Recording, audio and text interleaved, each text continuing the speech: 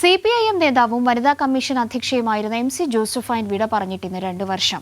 വിട്ടുവീഴ്ചയില്ലാത്ത പുരോഗമന ചിന്തയും നിലപാടുകളിലെ കാർക്കശ്യവുമായിരുന്നു MC ജോസഫൈന്റെ പ്രത്യേകത.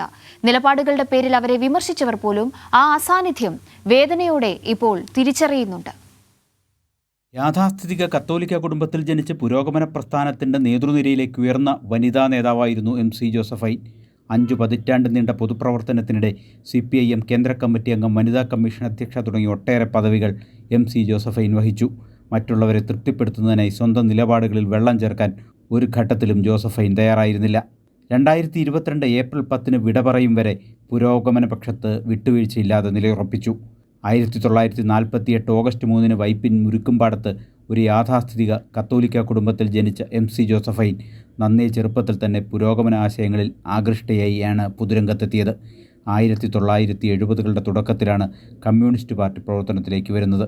വിദ്യാർത്ഥി, മഹിളാ, യുവജന പ്രസ്ഥാനങ്ങളിലൂടെ പൊതുരംഗത്തെത്തി നേതൃപദവിയിലേക്ക് ഉയർന്നു.